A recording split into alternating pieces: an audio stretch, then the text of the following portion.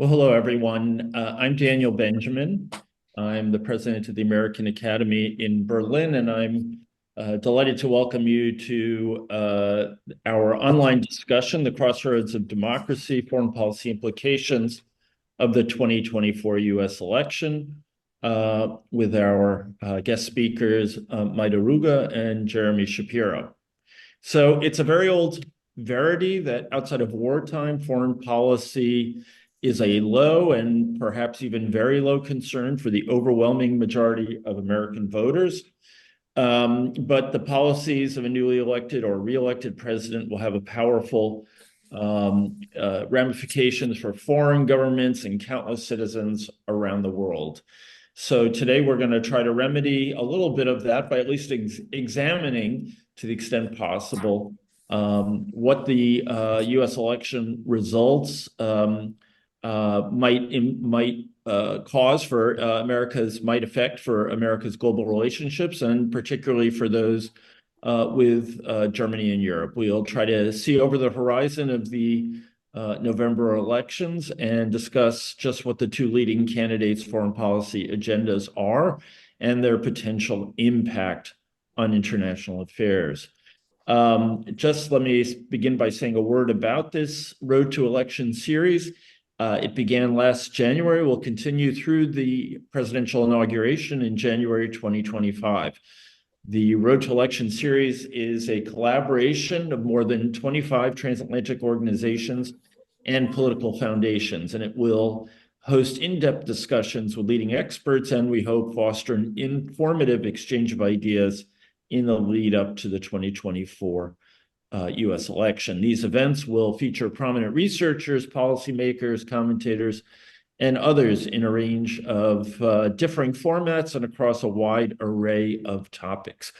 The Road to Election 2024 should, we hope, provide insights for audiences in the United States, Germany, and wherever else our viewers find themselves. Let me turn now to our guests. We have two senior scholars from the European Council on Foreign Relations, and both, I will readily confess upfront, are good friends, both of mine personally and of the American Academy.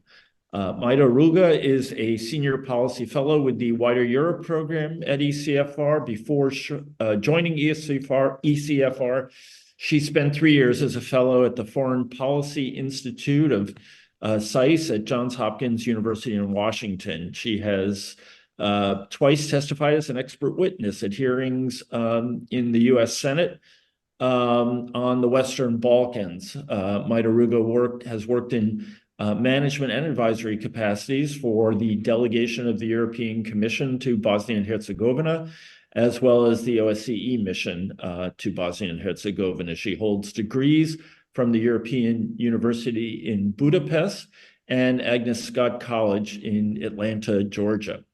I've been looking forward to introducing Jeremy Shapiro for quite some time, and while I'm not going to have the very best formulation, I think I will begin with the paradoxical description of him as the longtime enfant terrible of the foreign policy community. He is the research director of the European Council on Foreign Relations and the head of ECFR's new Washington office. His area of focus is U.S. foreign policy and transatlantic relations. He was previously a fellow with the Project on International Order and Strategy and the Center on the U.S. and Europe at the Brookings Institution.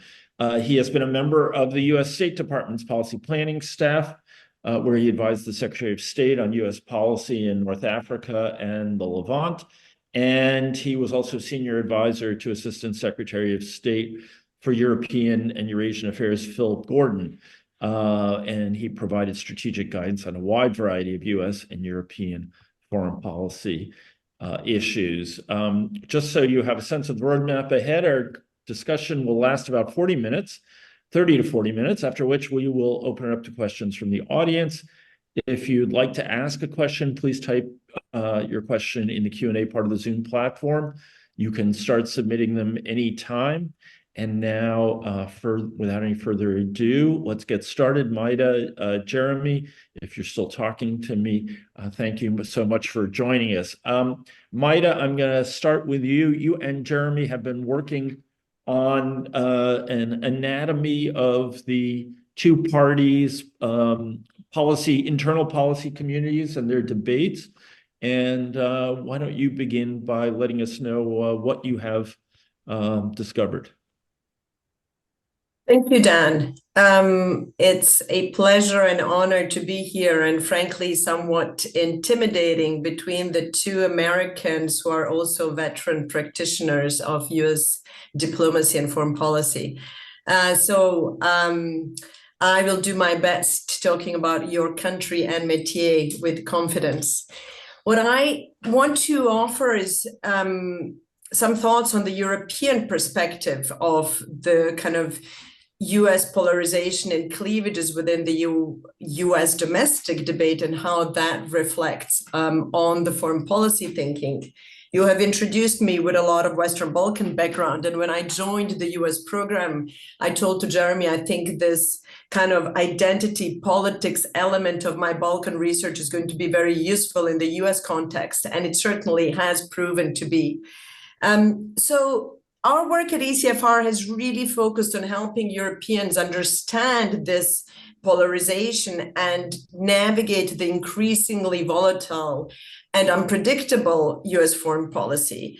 Obviously, needless to say, America is deeply polarized and divided, but main divisions and biggest challenges are really on domestic issues: gun ownership, education, race, legacy of slavery, LGBT, gender issues, criminal justice system, immigration, etc.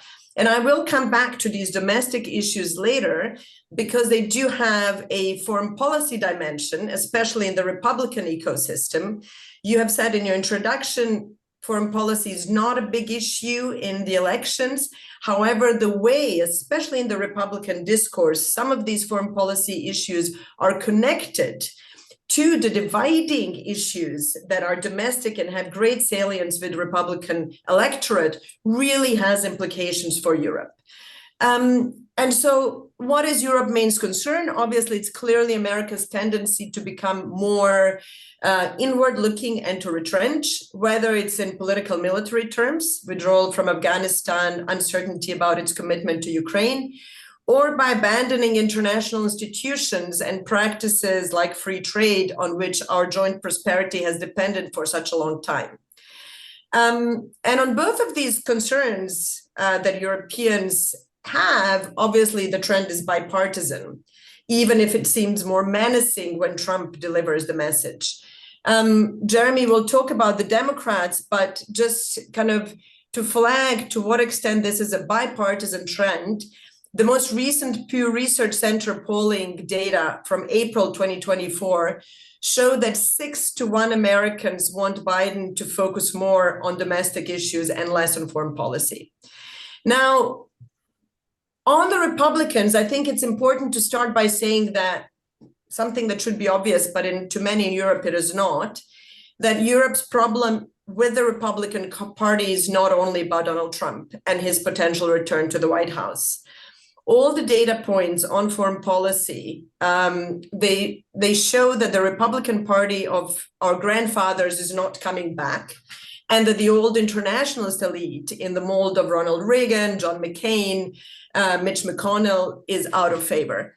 If you look at the voting statistics, nearly every Republican senator under the age of 55 voted no on the Ukraine supplemental, and 15 out of 17 senators that were elected since 2018 voted no on the supplemental. And so the party is changing, and this change won't be reversed after Trump's departure if our research is correct. So waiting out for Trump, as Europe did during his first term, won't work. So then the question is, where is the party headed?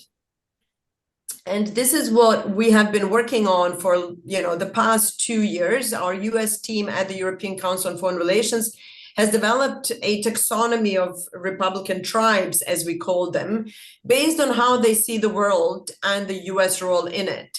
And we have identified 3 tribes. The restrainers who want the foreign policy to focus on America and fixing issues at home, especially immigration and the southern borders. China prioritizers who think that the US foreign policy should focus, should have absolute laser focus on Indo-Pacific. And then the so-called primacists, as we call them, who think that the US can and should retain global focus and do many things at the same time. Now, if you look at the trends from 2015, when Trump started his campaign, to today in the Republican public opinion, you can see again that the old elite is no longer in sync with the Republican electorate. The share of Republicans who think that the US should be less involved in solving problems overseas has risen from 30% in 2015 to 77% in 2033. So all these tribes, we can kind of discuss the details later, but what our research and our conversations in Washington show is that the two tribes that are most likely to dominate the foreign policy of a next Republican administration, if Trump is reelected, are going to be restrainers and China prioritizers. Especially these two tribes already have projects, they have plans for capturing the foreign policy of the next conservative administration. Your listeners may have heard of Heritage 2025 project, Schedule F, America First Policy Institute, etc. There is a big effort, unlike during Trump's first term, to actually develop plans, policies, and playbooks on particular areas for the next administration. These people all know that personnel is policy, and they're focused on really changing the way the administration interacted with Trump during his first term. They see the administration during the first term as having undermined the kind of big America First foreign policy ideas. And they really are focused on installing political appointees who remain royal, who would remain loyal to implementing the ideas of greater restraint and greater focus to China. And so what we have been doing in the past 2 years is really building networks with the players in these restrainer and China prioritizer ecosystems to understand their thinking on main foreign policy issues that animate the European-American relationship, whether it is security and NATO, Russia and Ukraine, China, economics and security, climate, energy, and ideology. And so we do think that is important for Europeans, especially to understand and take seriously these concerns and kind of see what are some of the legitimate concerns as opposed to, some of the concerns that are going to be much more difficult to understand and address. And what we see as the kind of most legitimate concerns are those that are defined by structural trends in the Indo-Pacific. The head of the US Indo-Pacific Command, Admiral John Aquilino, has warned that China's military buildup of conventional and nuclear capacities is unprecedented and a big reason for concern. And this is something that both Trump and Biden administration have, been focused on. And so even if Biden comes back, it is unclear how much longer US will be able to be the backbone of the European defense. And I think this is, again, something that is much more menacing when contemplating Trump's return. However, it's one issue on which the Europeans absolutely need to step up. And then the critique on burden sharing in NATO, which is fully legitimate. It is great that we can now say that we have 20 allies at 2%, but that leaves us with more than 12 allies who are still under 2% on their military spending, including Italy, Spain, Belgium, etc. And in addition, the war in Ukraine and Russia's military buildup has really convinced most of the Americans, especially Republicans, that the 2% is a bottom rather than a ceiling. So then we come to the question, what are some of the policies that these Republican think tanks and the whole ecosystem of tribes are advocating and proposing, and which they want to kind of push through with the Trump administration. We can come back to that maybe when Jeremy has given his views.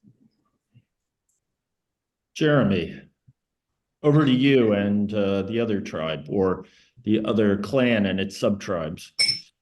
Thank you. And I would note that I wear that mantle of the enfant terrible proudly, although mostly because it makes me sound young. So thank you for that kind, albeit weird introduction. So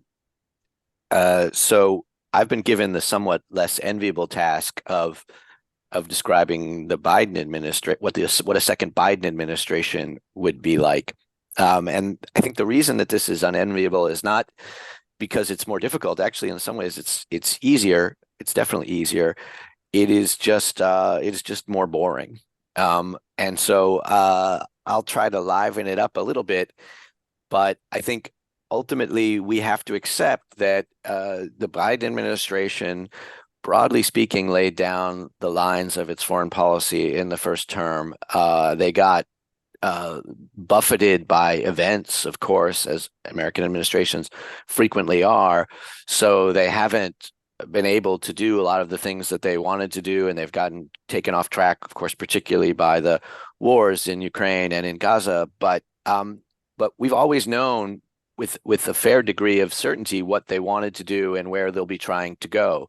And I don't think that will be changing in the second term dramatically. There aren't, in the way that I could remember from the first Obama administration, which I was working in, there was in that time within the government a lot of sense that there could be at least an inflection point in foreign policy after if the president was reelected, and that a lot of foreign policies could be reconsidered. And I think some were. But in the Biden administration, you don't really feel that kind of firmament, in part because I think they were broadly satisfied with at least the ideas that they had on foreign policy, if not with their implementation, but also in the second instance because they have a lot less freedom of maneuver than the United States used to have back in the halcyon days of 2012. So I think what that means that the Biden administration will be a second Biden administration will be very much focused on implementation. This, by the way, I think is true in the domestic sphere even more than in the foreign policy sphere. It's quite important to understand that the Biden administration was incredibly successful at passing, or at least by recent standards, at passing very, very important pieces of domestic legislation, particularly the American Infrastructure Act, the two COVID relief bills, the CHIPS Act, and the Inflation Reduction Act. These bills have in total something, it's hard to count them actually, but I think it's something over $3 trillion of combined spending that needs to go out the door in roughly the next 10 to 15 years. This is an extraordinary challenge of implementation. The Biden administration probably has all the legislation it needs to keep itself busy for the next 4 years. And if the Biden administration is able to be focused on implementation of this legislation, it could be quite transformative. I mean, just thinking about the Inflation Reduction Act and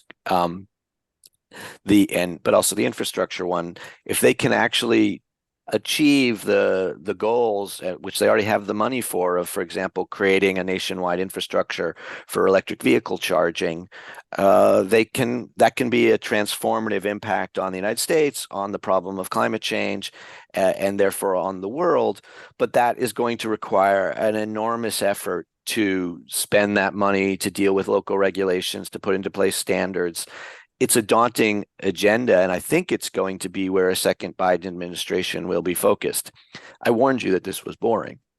But the foreign policy, I think, is going to be quite similar. The foreign policy motif of the first Biden administration, reflected in their national security strategy, and particularly in the actions of their first year, was very much the pivot to Asia. The pivot to Asia is becoming a bit of a sort of sick joke in American foreign policy. The last 3, at least, administrations, maybe 4, have wanted to do it. None of them have really succeeded. I think the Biden administration is significantly more serious about it, as we saw in the first year, when things like AUKUS and the withdrawal from Afghanistan represented massive steps in that regard. But it has been definitely derailed by the wars in Ukraine and Gaza, and so I think there will be a concerted effort to get back on that track, and the main aspect of that will be to try to bring these two wars to a close. Obviously, they're already trying to do that in Gaza, and it's proving quite difficult. So I'm not really sure whether they will have managed it by the end of the year.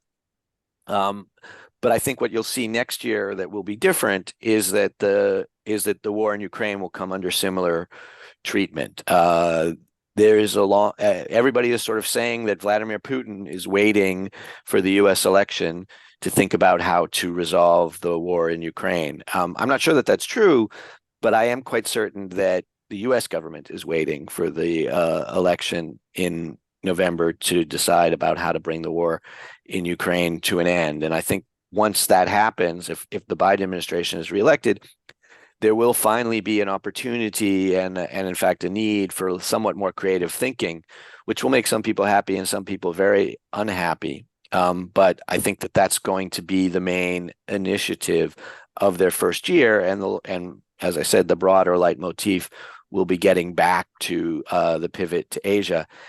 As in the first term, I think that will be quite dependent on events.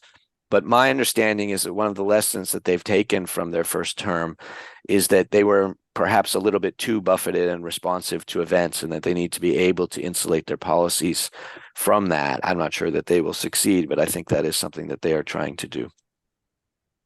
Yeah, that recalls that famous conversation between John Kennedy and Harold Macmillan about the determinants of policy, and Macmillan saying, "Events, my dear boy, events." Yeah.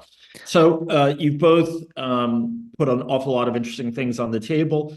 And in addition, the articles that you've written on these subjects have been terrific, and I really do recommend them to all of our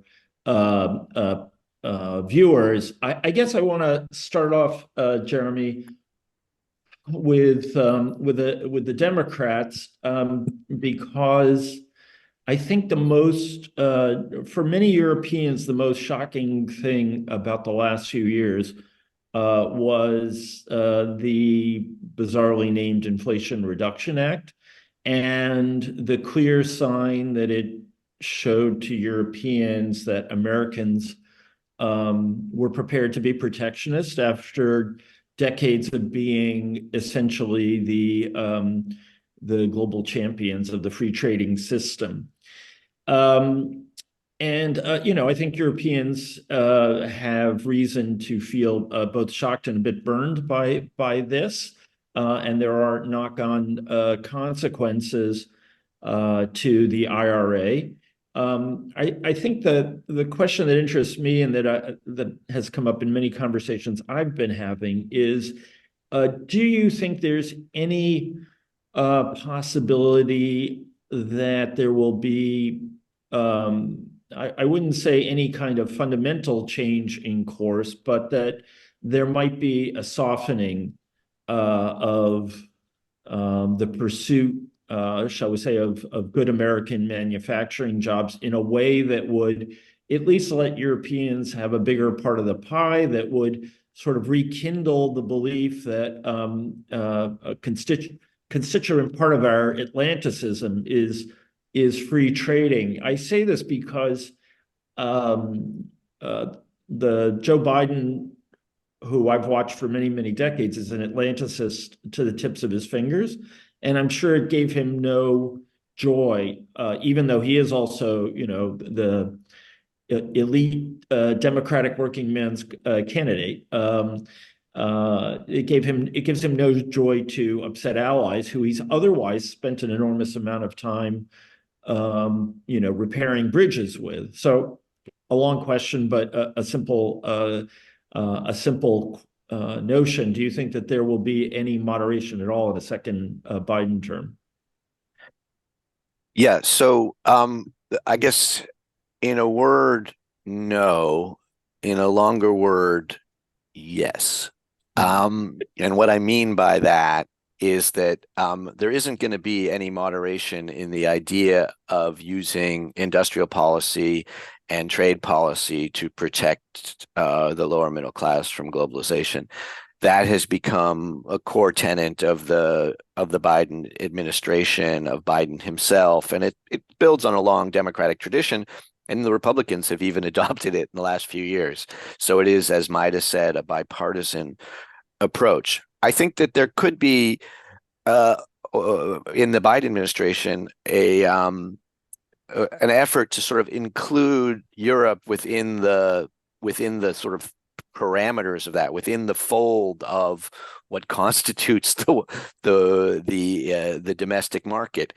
You saw that a little bit after the IRA, when I think perhaps President Biden didn't really realize the type of reaction he would get from Europe, and his first instinct was to sort of say, "Well, okay, guys can come in. We let the Canadians in to this." What's interesting about that is that, and so in some sense, that process began within a month of the passage of the IRA. Should have probably begun before then, but it didn't for some strange reason. But that process hasn't gone very well. They've been doing this within the Trade and Technology Council, and they're foundering on very technical details. And I've been talking to negotiators on both sides of that, and they're really angry at each other for very abstruse reasons that I can't figure out. And I think it has to do with the fact that actually these policies are quite invasive. It's all well and good to say, oh, okay, well, we're going to let the Europeans in on the electric vehicle credits. But actually, how do you precisely do that? How do you extend that regulation to European car companies? And how do you ensure that when those cars come into the United States, that they actually meet the criteria for these credits? And what are precisely those criteria? What constitutes foreign? What constitutes whether they come from China or whether the batteries come from China, et cetera, et cetera. And I don't know, they've been having tremendous debates on this and really gotten not very far, to the extent that the U.S. side really doesn't believe that the Europeans are serious about this, and believes that the Europeans are in fact using it as an excuse to come up with their own subsidy regime, which they are trying to do, but struggling with for internal reasons. So I guess that's the short answer, is they're not going to change their overall policy. There is an impetus coming from the president to allow Europe into the fold, but it's not working at a detailed level. Interesting. Majda, I'm interested in this concept of different tribes of Republicans fighting over foreign policy. I will note that since you two began this project, one of those tribes has basically disappeared, and that's the primacists, because everyone who was associated with that idea of U.S. being a truly global leader, leading everywhere, leading all the time, all those people have largely disappeared from the stage. Starting with Nikki Haley, who I think was the person who was best identified with that policy. But there's a kind of a curious challenge of identifying these tribes and then trying to tack them on to Donald Trump, because Donald Trump is just not a dogmatic person about anything except, you might say, his own self-promotion. You could imagine him, heading in all kinds of different ways. You look at, for example, at Gaza, and you imagine that the restrainers will say, "Good God, we don't want to have anything to do with that. It's been, it's been the nightmare of American foreign policy for decades, the Middle East." And you can imagine Donald Trump saying, "I can make the deal of the century here, and I'm going to make it work." And similarly with Ukraine. So I think the question, for particularly that Europeans are asking, is, with someone who's so transactional, is there some solution here? Is there some way to deal with him if he's essentially not wedded to any one school or another? I mean, that's a great question. And I think it's really the question that is, in the end, the bottom, of trying to predict anything. We obviously all know that Trump has never fitted in any of these three tribes. He has swung like a pendulum in his rhetorics and sometimes actions between them. We also know that he's erratic. We also know that he makes decisions very often last minute based on the kind of last conversation he has and unexpectedly.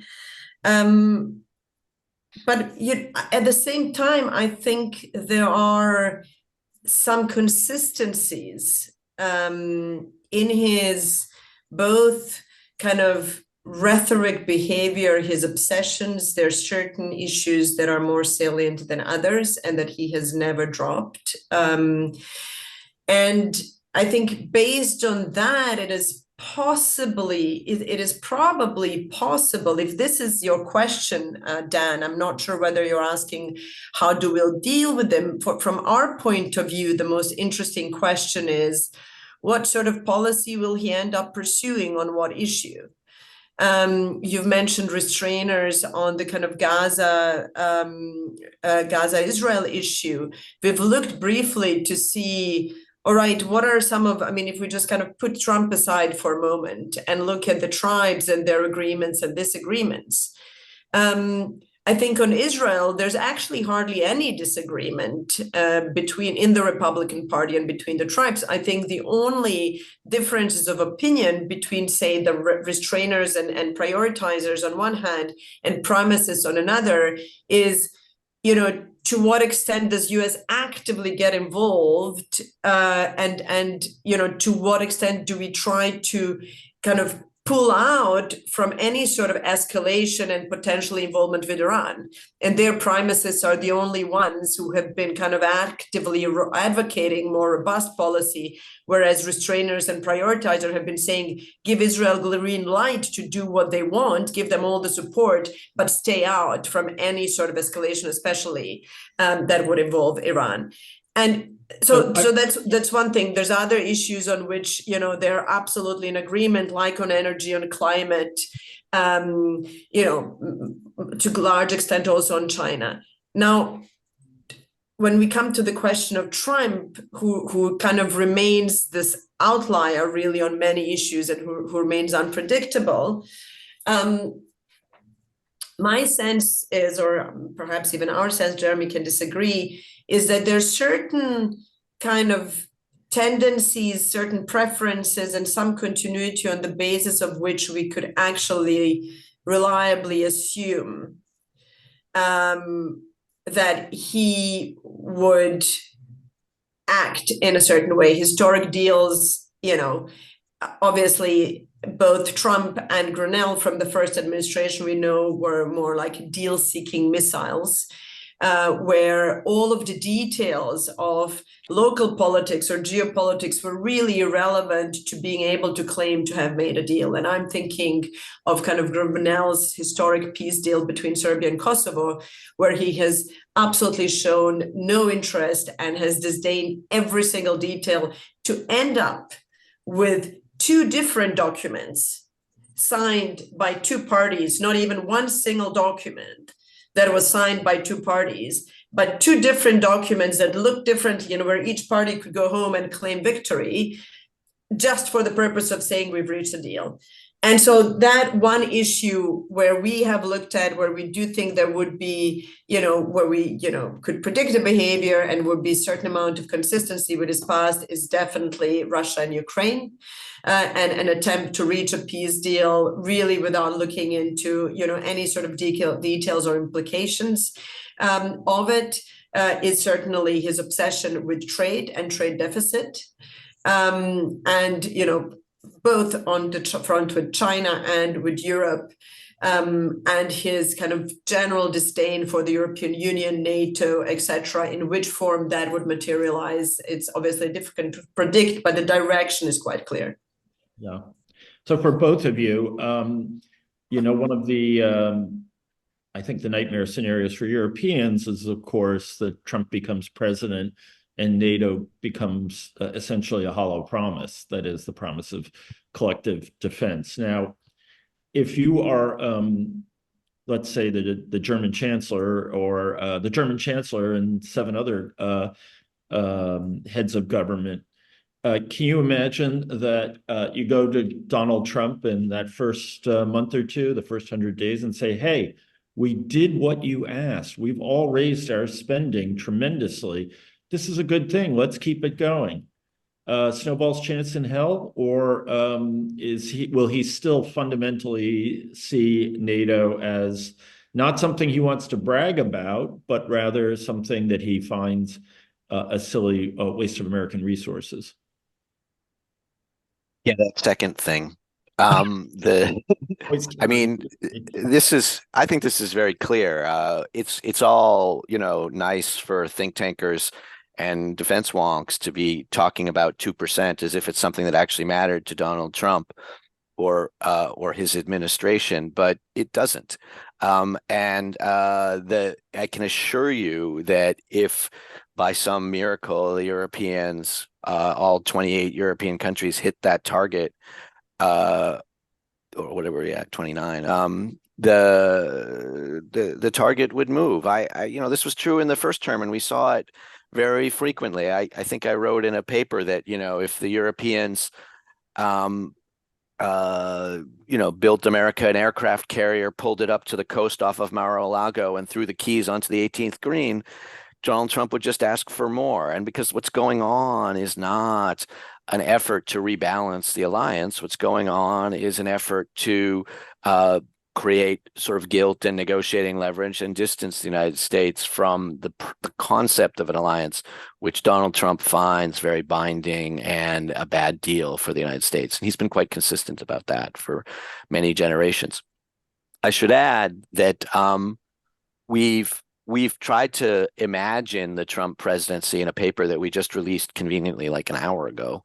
On the ECFR website, I'll put the link into the chat, which looks at exactly these issues, at what we imagine the Trump administration would do in Ukraine, in China, with strategic industrial policy, with NATO, in the Middle East and North Africa, and with what we call a sort of illiberal international, a sort of global alliance of peoples and nations.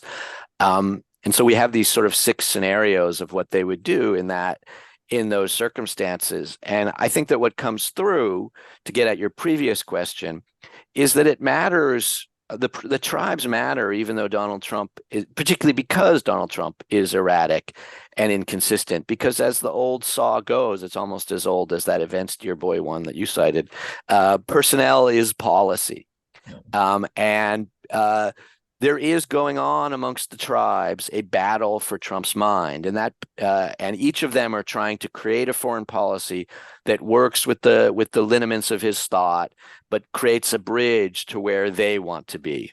And each of them is coming up with a plausible approach to that. Even I would argue, the primacists, although they have the longest bridge to build. And so what we're going to be able to understand in the early days of the Trump administration is what is the balance between these tribes. And then we're going to be able to understand how some of these scenarios might play out. We've given one possibility in our paper. It's super fun, a little bit scary, and they're nice cartoons, so I definitely recommend you read it. But obviously, there are a lot of different possibilities, because it really does depend quite a bit on which of these tribes gets the key positions and which dominates.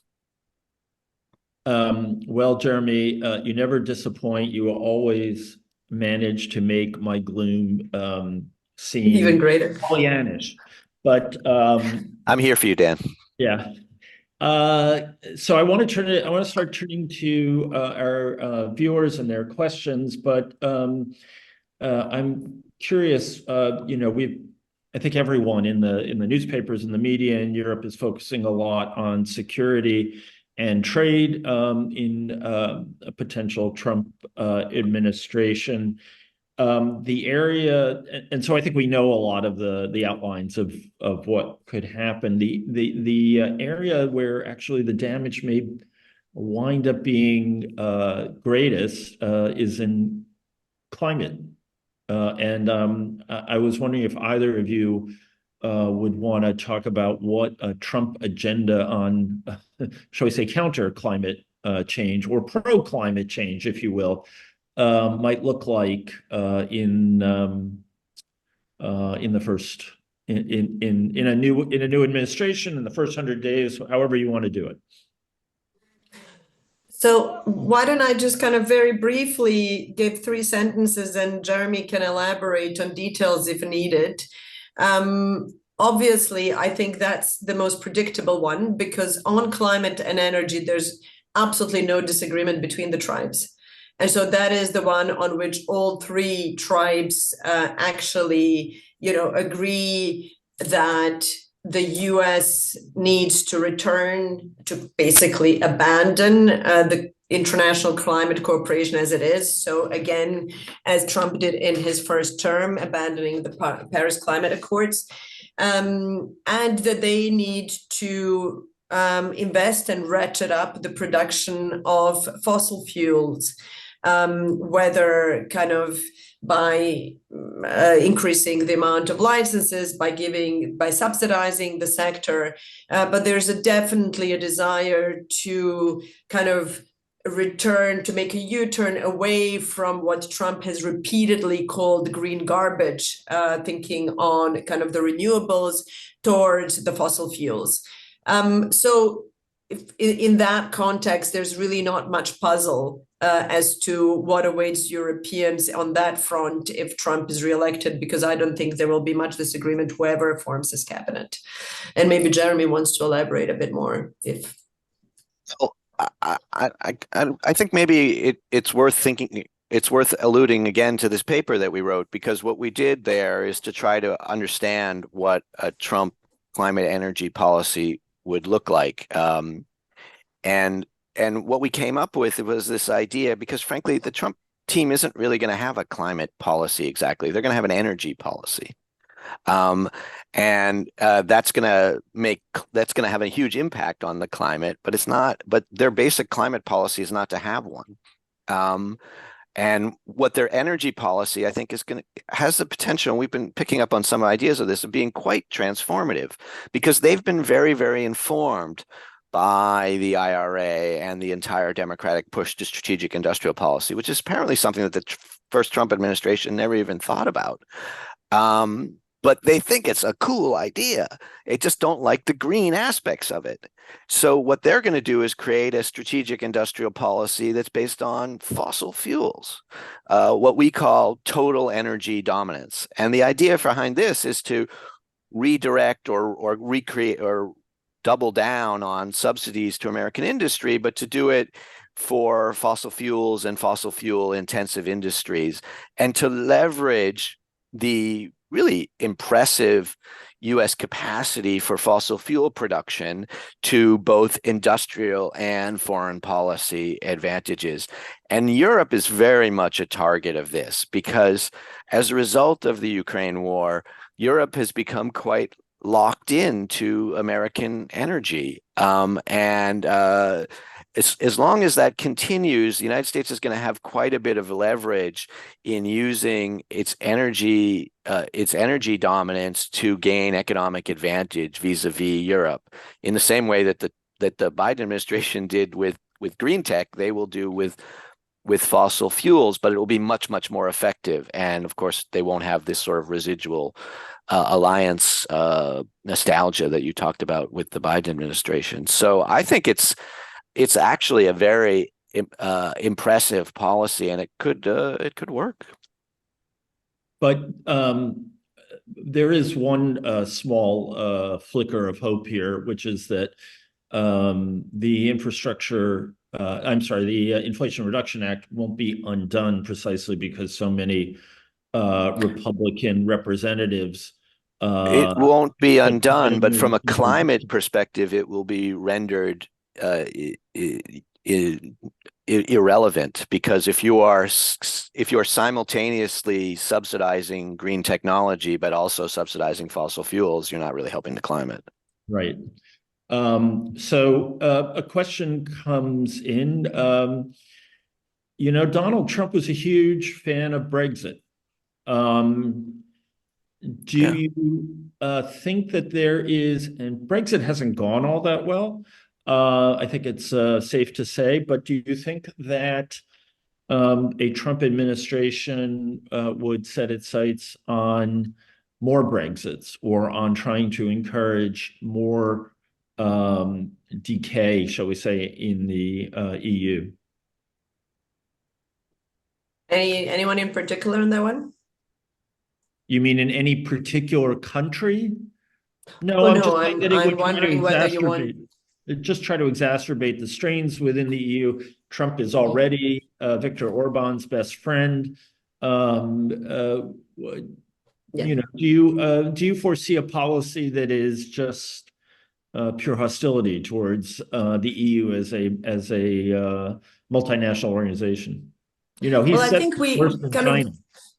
So. I mean, the EU really fits into everything that, in every single category that Trump disdains, right? Whether it's kind of the European Union itself that he has at many occasions defined as having been formed precisely to undermine American interests.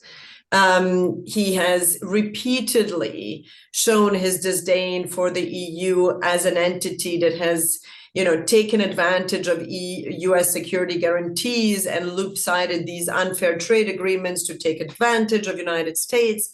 He has congratulated UK on Brexit, encouraged it, has announced that more countries will leave.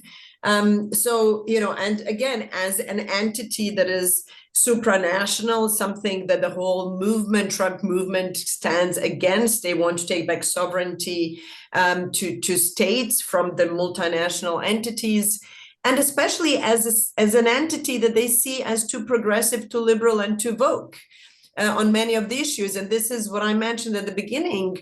Much of what we hold dear in Europe and EU is in fact in complete kind of opposition to where Republicans and Donald Trump stand on domestic culture wars.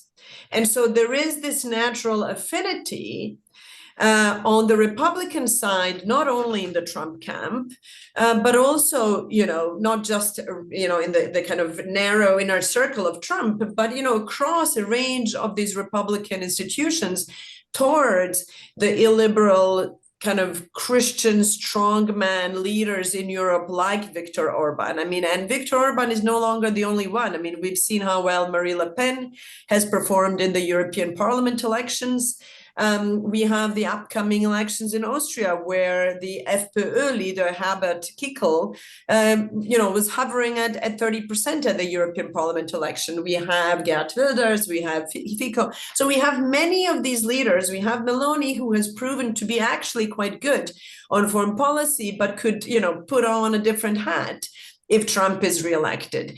And so this is, I think, one chapter in our paper that Jeremy keeps mentioning, which to me is the more scary one, is really even looking apart from individual foreign policy issues, whether it's Ukraine, whether it's kind of escalation with China, whether it's the trade war, whether it's climate and energy, but underlying all of these foreign policy challenges, you will actually have a trend of Trump administration forging links with these kind of authoritarian leaning populist right strong men or women in Europe in order to undermine to a large extent the European project.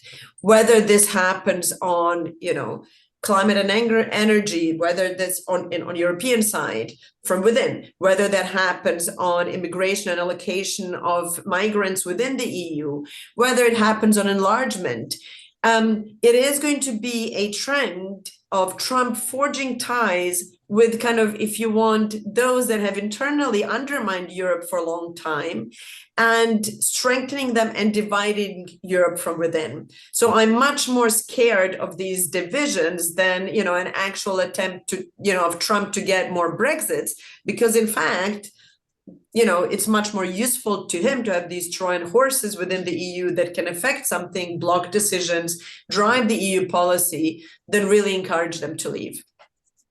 Yes, and it's worth remembering that when he got here as ambassador to Germany, Rick Grinnell said out loud that he was here to foster more sort of far-right politics, and which is one of the many reasons why many people, at least in Germany, still start twitching when his name is mentioned.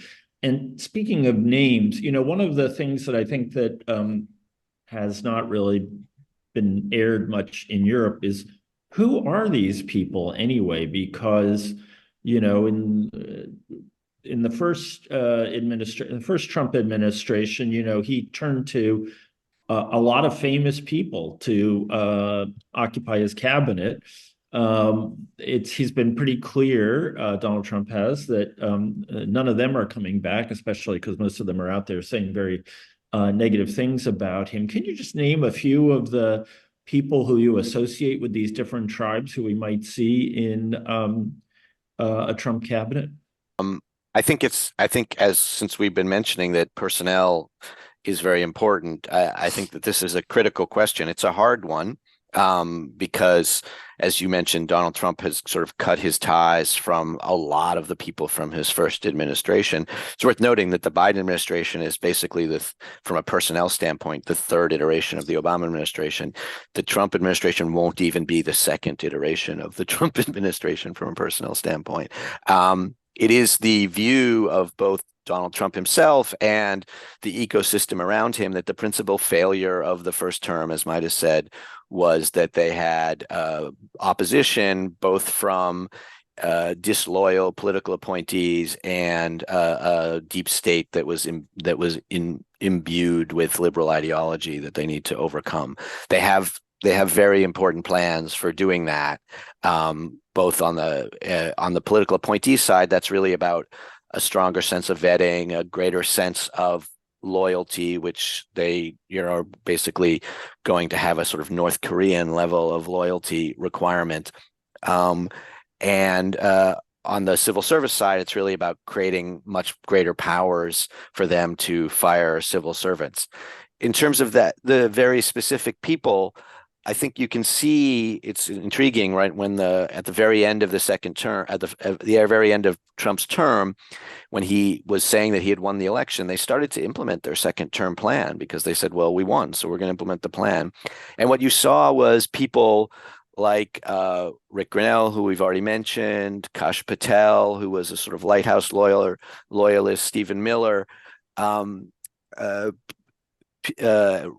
O'Brien. I think there are several of these people who demonstrated that sort of rare combination in Trump's term of loyalty and competence, who were being sent out to the agencies to be able to finally implement what the agenda that Trump wanted. Chris Miller, who was the last Secretary of Defense for a couple of months, is another good example. I think these people will come back, and I think that what they're doing at the various think tanks around town is find the appropriate people who have these loyalties.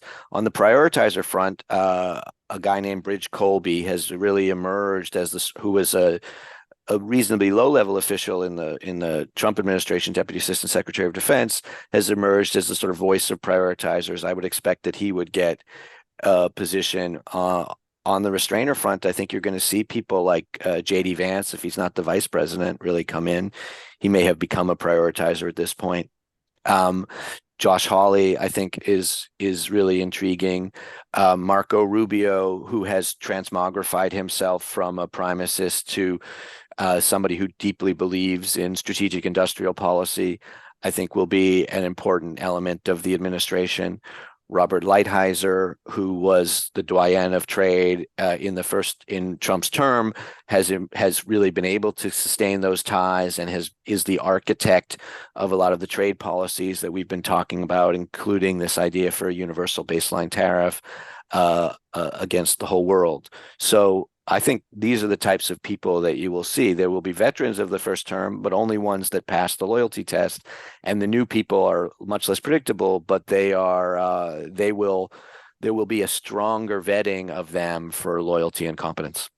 Right. I mean, my own sense, for what it's worth, is that to find people who can actually be confirmed for cabinet seats, and of course, just being in the cabinet is not the decisive thing. It's how the cabinet runs, the agency runs. He will likely have to go to the Senate and to the House for. He will, but Dan, I think you're underestimating the degree of revolution that they're expecting in the way that they run the administration, and a lot of that, frankly, that hasn't come up in the campaign, is aimed at the Congress, even a Republican Congress. And this idea that the Congress is going to be able to use its confirmation power to stymie Trump's personnel choices, I think is very 2017. In fact,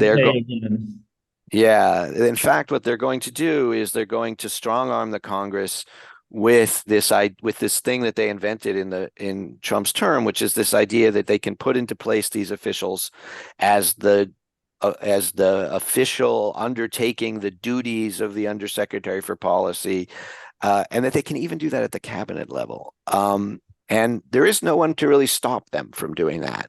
So, and I think we've seen their willingness to do it, and I think it will increase if Trump is reelected. So I am not confident that the Congress is going to have a huge say in this, particularly below the very highest level of the cabinet. So one question that a number of our viewers have asked is whether anyone in Washington, particularly I think in the Republican camp, has taken any notice of the European elections and what, if anything, what conclusions they might have drawn from them. Whether in Washington or not, I'm sure they have, but Breitbart News is big on the European elections and they're jubilant. There's definitely a sense that kind of a good showing for the right-wing parties has kind of given a boost to the, if you want, new right Republican movement and to Trump campaign. And so there is kind of the sense that when this in their back, and that, as Kevin Roberts, the president of Heritage Foundation, has written right after his appointment to Heritage, praising these conservative right-wing movements in Europe as a sort of a bedrock for new alliances of the US, there's a sense that that sort of wave that we've seen in Europe is precisely a sort of a preparation for the new alliance, which we have described in our paper.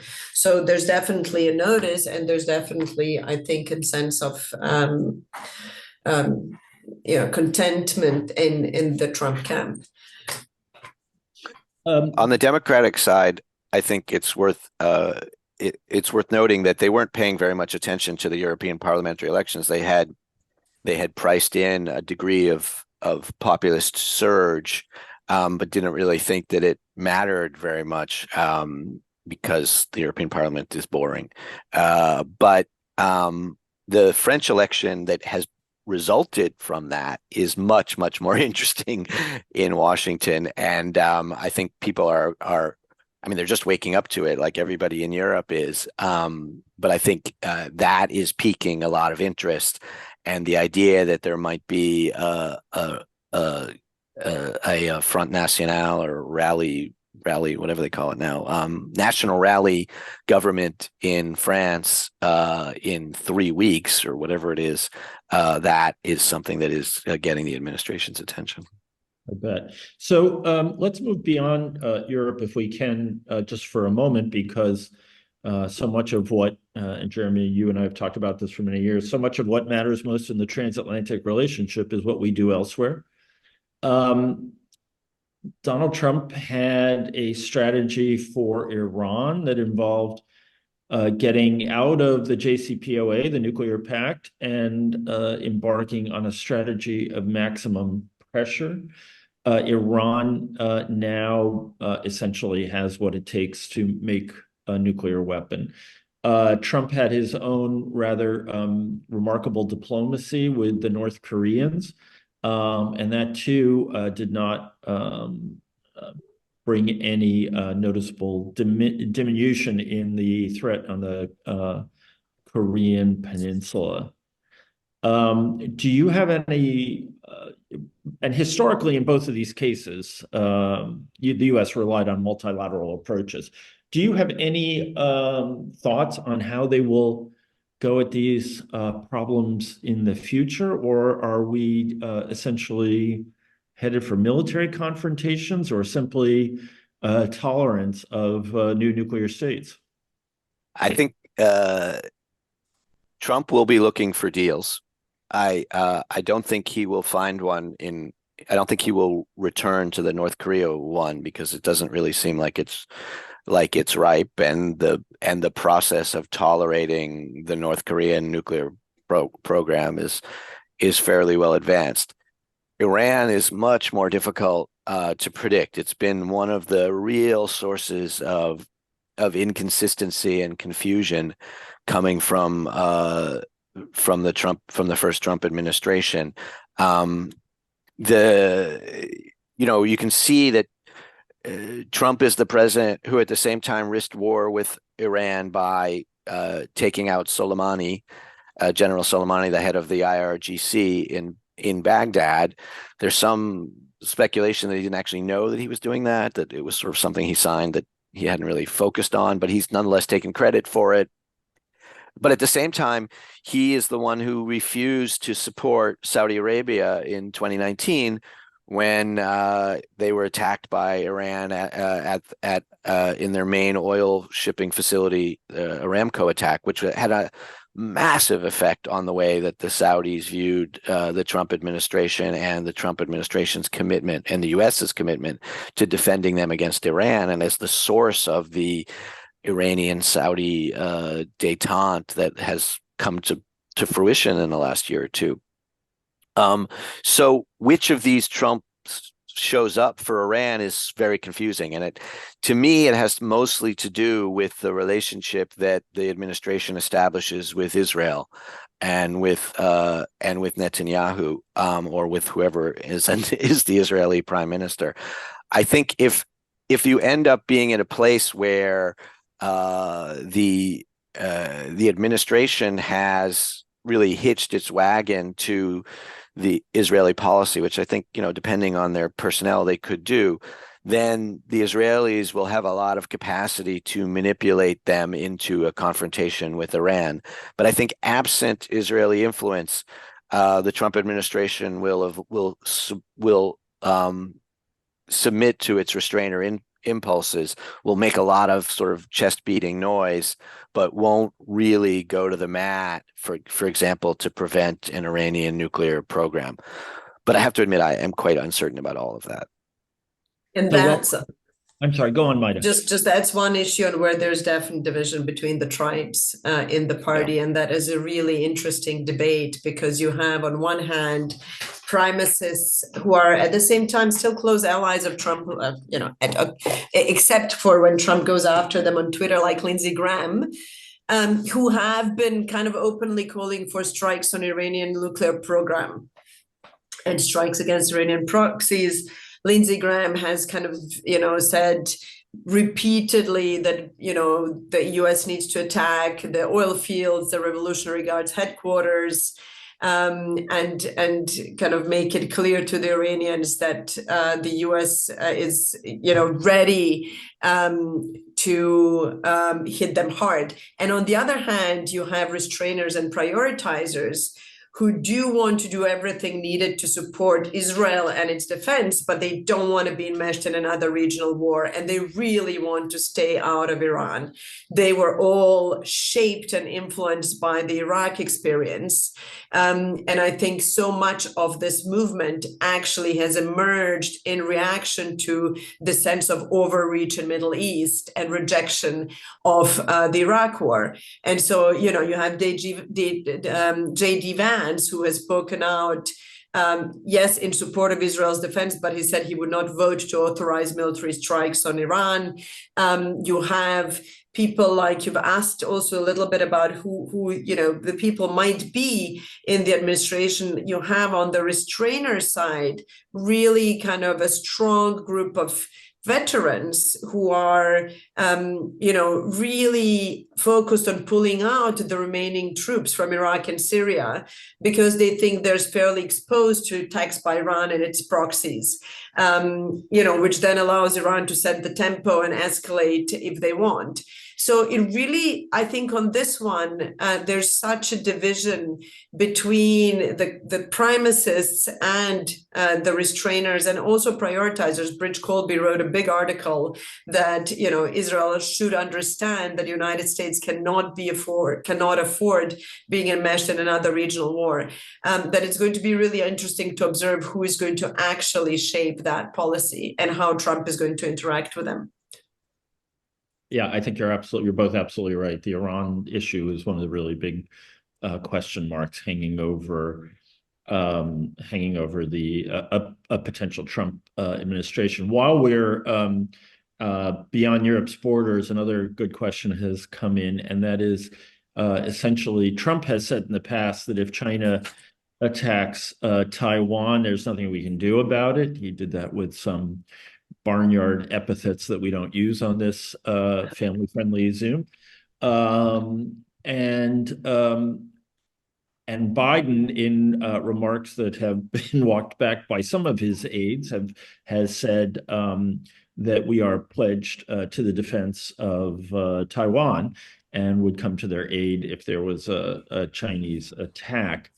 And so our viewer asks, are they both telling the truth? In other words, would Trump not come to Taiwan's aid, and would Biden indeed do so?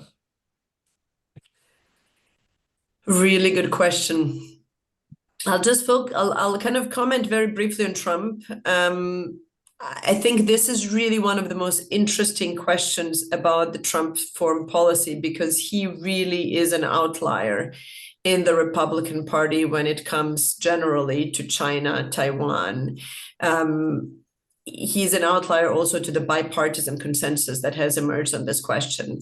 He has never actually clearly said, and he has actually refused to answer the question of whether he would come to Taiwan's defense, whereas Biden has, in fact, several times said it, going beyond the strategic ambiguity that, of course, that the US would get involved.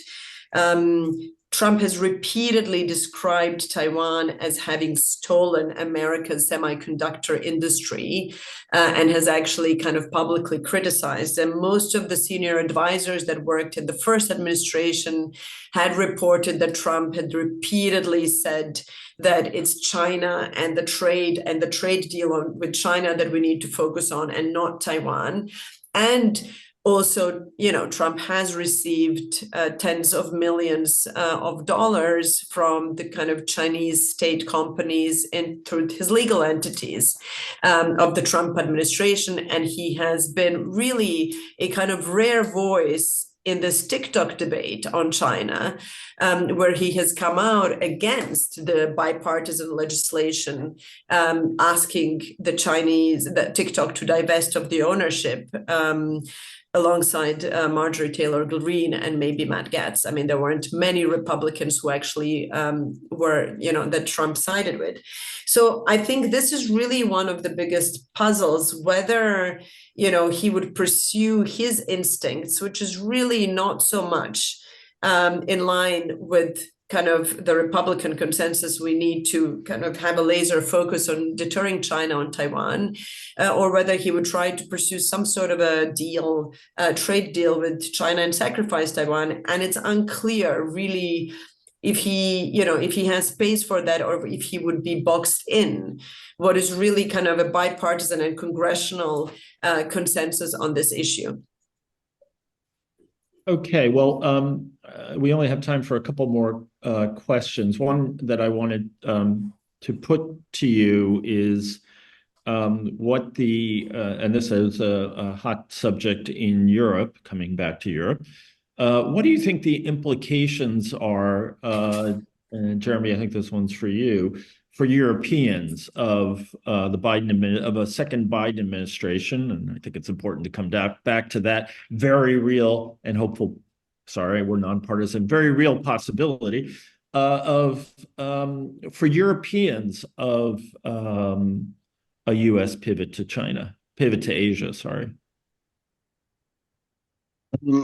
Well, I think that the implications are, as has been sort of widely mooted in Europe, is that the expectation will be that Europeans will be able to take care of the European theater, if you will, of what the Biden administration views as a sort of global struggle against China with Russia, and that they really feel as if that sort of European front is something that the Europeans should be able to and must be able to deal with without significant American material assistance. Obviously, you'll have American political assistance, and you'll have the nuclear umbrella. The second element of this is that they are expecting greater European conformance to the effort at a sort of technological containment of China, which involves making sure that they don't this whole de-risking agenda, which is both about securing Western supply chains and also about denying China the technology it needs to leap ahead of the West in key areas. Chips has been the main example. So those are the two elements of it. I think that the pacing of it is very important. The Biden administration is not going to be doing like what a Trump administration has sometimes done, which is to sort of say, well, unless you do this stuff, we don't like you anymore, and we're not going to help you. So it is going to be a delicate and very congenial dance, which is very familiar in transatlantic relations, where the Americans are saying, well, this is what we need you to do. And the Europeans are saying, well, geez, we really have a lot of spending problems and domestic political problems. Do you mind if we wait 10, 20, 100 years?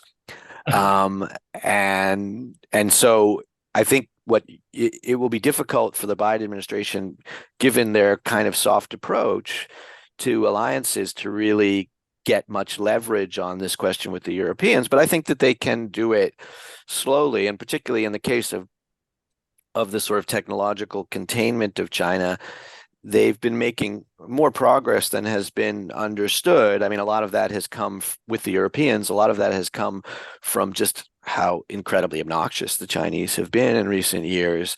But I would say that there is a slow, gradual convergence between Europe and the United States on China policy, which I do expect would continue with many bumps and a little bit of retrogression through a second Biden term. Just let me sharpen the question, which I should have done earlier. Many German businesses, not necessarily in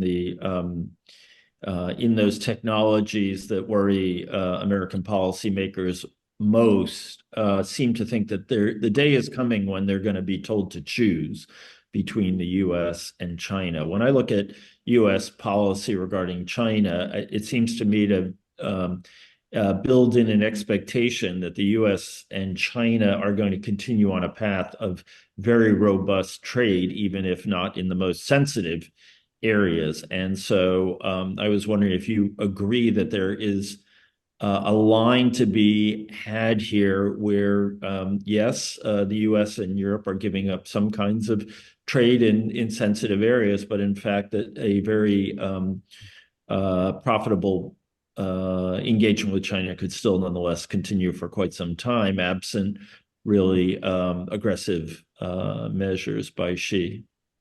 Yeah, look, I mean, I think it's clearly the Biden administration's plan to do that. That is what this high walls, small garden concept is all about. This idea that you can Jake cut Sullivan. China. Yeah. Yeah, that you can. This is an idea that came from Jake Sullivan, the Biden administration national security advisor, that you can cut China off from the key technologies that create risk for the West, but that you can then continue to have a very profitable relationship with them in the other areas and economic relationship. And of course, if you look at U.S. trade with China in the last few years, it's been going up in volume, even as all of these technological restrictions are coming into place. And it is not their vision to make the Europeans choose beyond those key areas. They're already making them choose in those key areas. So I mean, if you talk to ASML, the Dutch chip company, they've basically gotten a call from the United States that said, choose. And they chose, and they were not happy about it. But they had no protection from the EU or the Dutch government, so the choice was obvious. Although they're very unhappy to make it. But I think broadly speaking, the U.S. is not anticipating doing that. The problem is that it does seem as this de-risking, decoupling has a momentum of its own, and as I think you were implying, the Chinese are not standing still, and actually the Chinese are more into de-risking and decoupling than the West is, and they don't really. They see big walls and big gardens.